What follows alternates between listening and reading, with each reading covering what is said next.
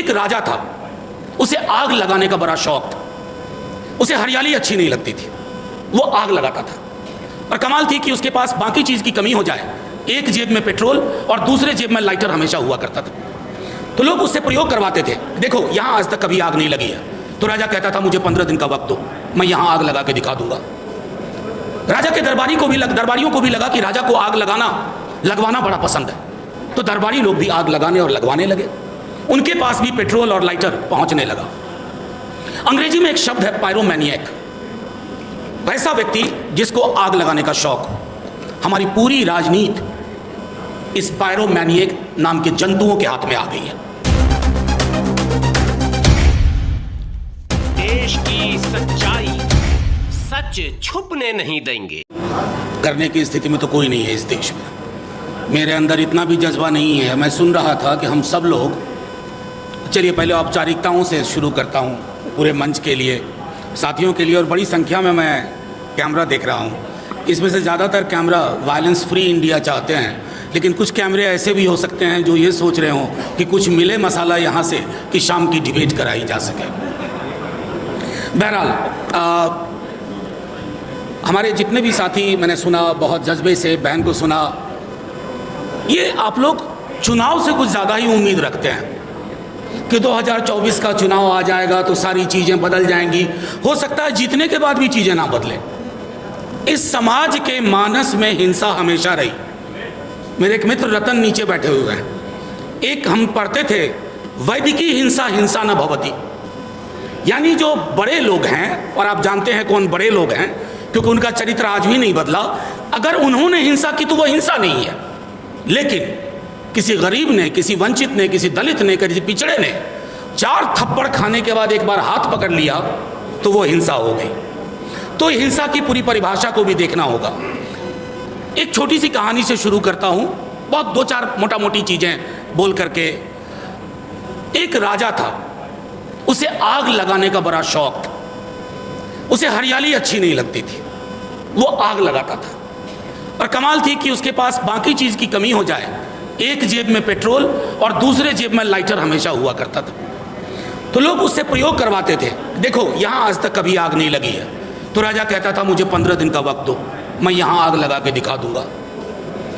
राजा के दरबारियों को भी लगा कि राजा को आग लगवाना बड़ा पसंद है। तो दरबारी लोग भी आग लगाने और लगवाने लगे। उनके पास भी पेट्रोल और लाइटर पहुंचने लगा। अंग्रेजी में एक शब्द है पायरोमैनिएक, वैसा व्यक्ति जिसको आग लगाने का शौक हो। हमारी पूरी राजनीति इस पायरोमैनिएक नाम के जंतुओं के हाथ में आ गई है, जिन्हें शांति पसंद नहीं है, अमन पसंद नहीं है, जो विदेश जाकर के कहेंगे वसुधैव कुटुंबकम, लेकिन देश की धरती पर अपने कुटुंबों के बीच में आग लगाएंगे। कोई कहते थे जितना कीचड़ फैलाओगे कमल खिलेगा। आपका कमल कीचड़ और पानी में नहीं खिल रहा है, ये आग में खिल रहा है। आप आग लगाते हो और वोट की फसल काटते हो।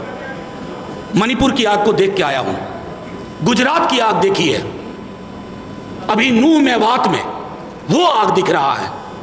सतपाल मलिक साहब आए नहीं, उन्होंने एक बात कही हाल के दिनों में कि 2024 election is going to be the most violent election in the memory of India.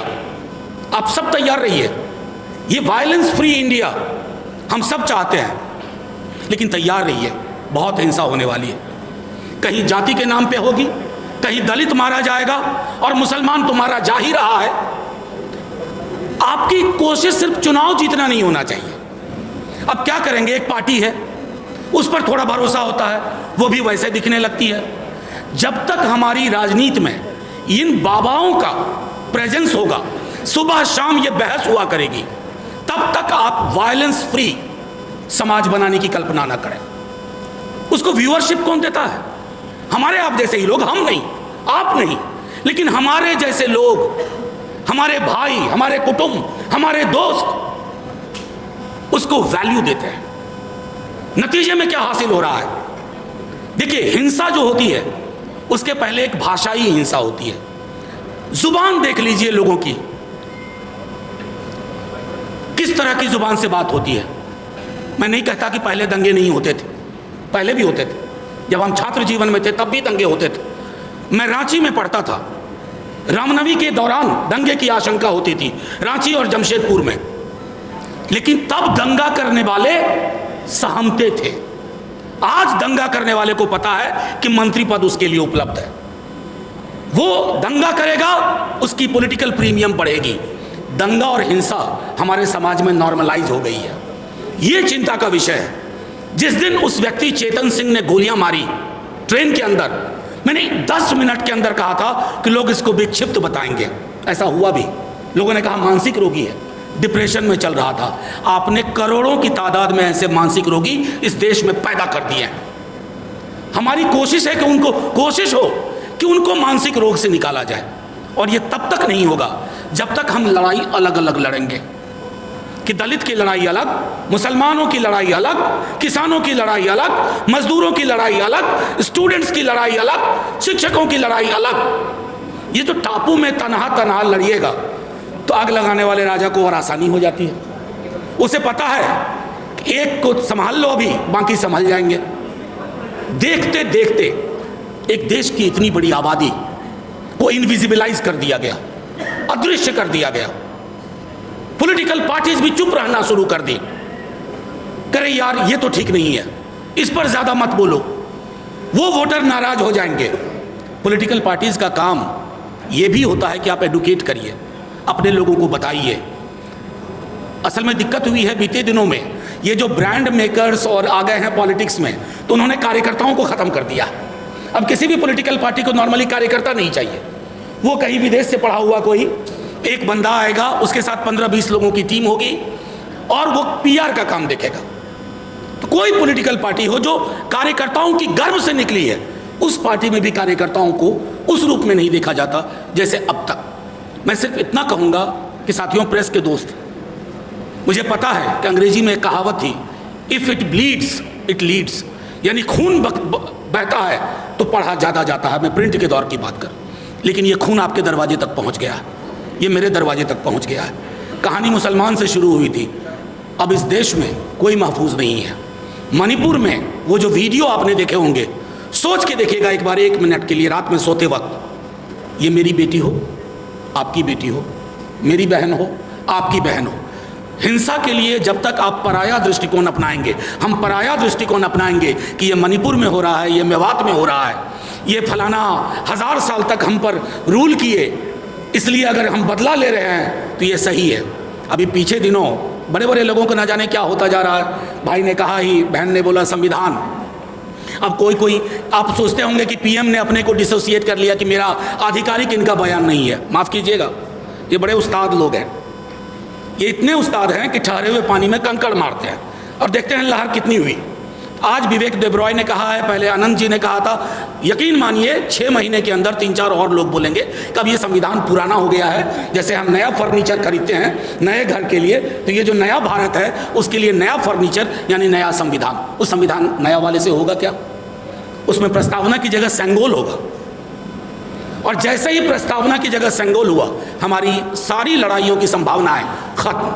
अब मैं आखिरी टिप्पणी करके, मैंने उनके साथ काम भी किया है, बड़े नेता हैं, बहुत हमेशा मंत्री ही रहे, गुलाम नबी आज़ाद साहब। अब उन्होंने कहा कि सारे मुसलमान हैं कश्मीर में या फलाना जगह, वो सब हिंदू थे। ये इतिहास में जाकर के गड्ढा खोदने का जो काम शुरू हुआ है, एक तरफ तो आप चंद्रमा जा रहे हो, मंगलयान जा रहे हो, और जैसा आपने कहा कि सीवर की डेथ की चिंता नहीं है, लेकिन हाँ मस्जिद घूम करके गड्ढा खोद रहे हो कि कहीं कुछ मिले, ताकि देश की राजनीति, आपकी श्रद्धा इस बात में नहीं है कि वहाँ शिव निकले या फलाना निकले, आपकी आस्था इस बात में है कि एक और मसला मिले हाथ में, एक और मसाला मिले, ताकि 10 बरस के लिए और आग लगाएं। पेट्रोल और लाइटर है ही। तो मैंने सिर्फ इतना आग्रह किया, और हम उस धारा के लोग हैं, पृथ्वी पे धर्म पहले नहीं आया, भगवान नहीं आए, इंसान आए। इंसान को धर्म में और भगवान में बांटने का काम किसी इंसान ने किया। इसलिए ये कहानी शुरू करोगे, हम ये भी पूछ लेंगे कि इस देश के तमाम बौद्ध स्तूप कहाँ गायब हो गए, कौन खा गया उनको, जमीन निकल गई या आसमान खा गया।